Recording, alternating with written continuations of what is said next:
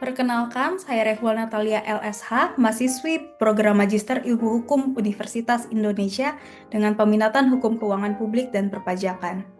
Video diseminasi tesis ini saya buat sebagai salah satu syarat untuk memperoleh gelar Magister Ilmu Hukum. Judul penelitian tesis saya adalah Taxpayer Charter sebagai instrumen peningkatan kepatuhan pembayar pajak melalui Undang-Undang Perpajakan. Penelitian tesis ini saya susun di bawah bimbingan Dr. Dian Puji Nugraha Simatupang SHMH dan Hendri D. Hutagaul SH LLM.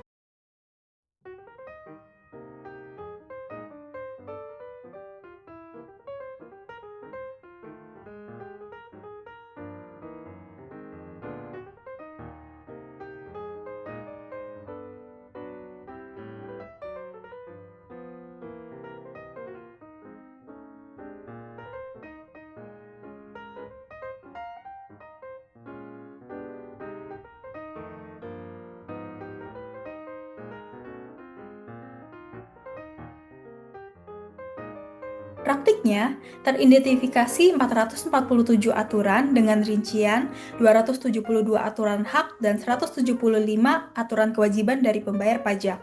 Hal ini menjadi kesulitan sekaligus tantangan bagi pembayar pajak dalam mengetahui hak maupun kewajiban perpajakannya. Richard Susskind menyatakan warga negara seharusnya dapat dengan mudah serta cepat dalam mengetahui hak-hak hukumnya sehingga dapat menghindari sengketa hukum. Pendapat ini sejalan dengan bidang perpajakan karena seharusnya pembayar pajak dapat mengetahui dengan mudah dan cepat hak maupun kewajiban perpajakannya. Taxpayer Charter merupakan upaya menyederhanakan, merangkum, dan menegaskan kepada pembayar pajak melalui bahasa yang lebih mudah dipahami. Pembayar pajak melalui Taxpayer Charter dapat mengetahui dengan cepat, mudah, dan jelas hak maupun kewajibannya. Salah satu cara membangun kesadaran secara sukarela adalah meningkatkan citra good governance. Ketika citra good governance meningkat, maka timbul rasa kepercayaan. Good governance sendiri bukan hanya teori administratif, tapi dasar dalam sistem pemerintahan yang responsif terhadap kebutuhan masyarakat. Salah satu prinsip dalam good governance adalah transparansi, di mana ini merupakan dasar kebebasan arus informasi. Ketika pembayar pajak membutuhkan suatu informasi, maka informasi tersebut dapat diterima, dipahami, dan dimonitor. Hasil penelitian Otoritas Pajak tahun 1980-an menyatakan bahwa persepsi kepercayaan dan transparansi ini penting terhadap kesadaran sukarela dari pembayar pajak.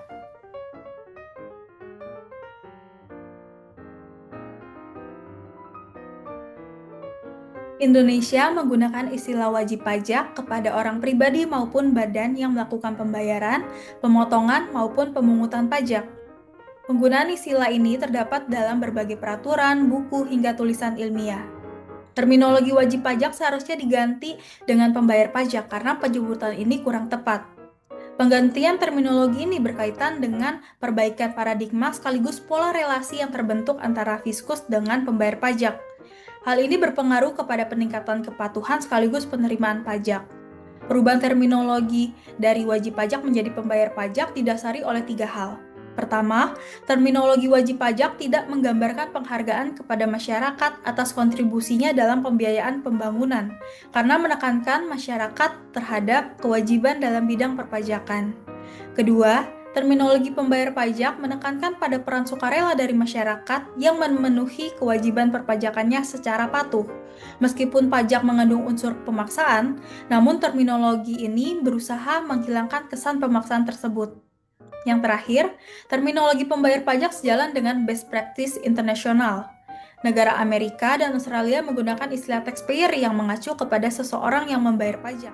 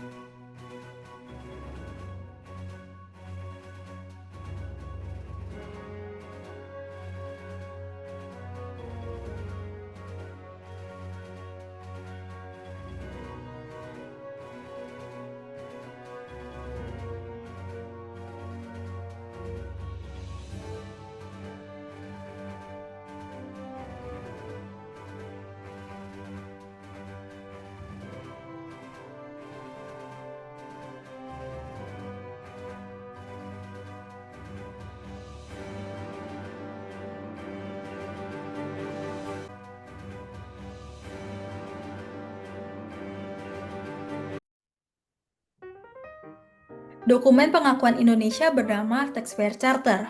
Dokumen pengakuan negara Australia bernama The Australian Taxpayer Charter of Right. Dan dokumen negara Amerika bernama The Taxpayer Bill of Right. Kita juga dapat menemukan negara lain menggunakan nama yang berbeda seperti Declaration of Taxpayer Right. Meskipun nama dokumen pengakuan di setiap negara berbeda-beda, namun inti dari dokumen ini sama, yaitu memberikan definisi serta penegasan terhadap hak dari pembayar pajak sewaktu berhadapan dengan otoritas pajak. 3 lesson learned yang dapat dipelajari atau dicontoh dari dokumen pengakuan negara Amerika dan Australia.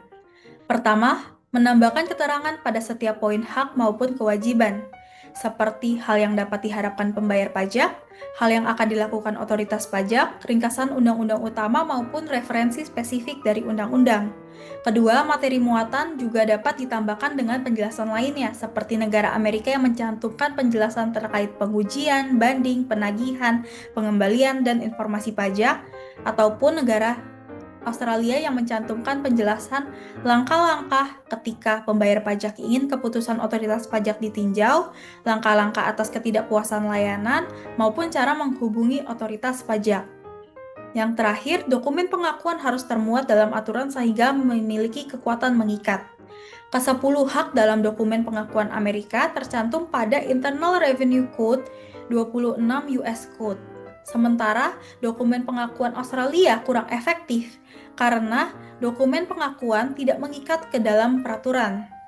Konsekuensi dari hal ini adalah kantor pajak yang melanggar tidak mendapatkan sanksi, dan kompensasi bagi pembayar pajak yang dirugikan bergantung kepada keputusan dari ATO. Ketidakefektifan dokumen pengakuan Australia juga tergambar dari keluhan pembayar pajak.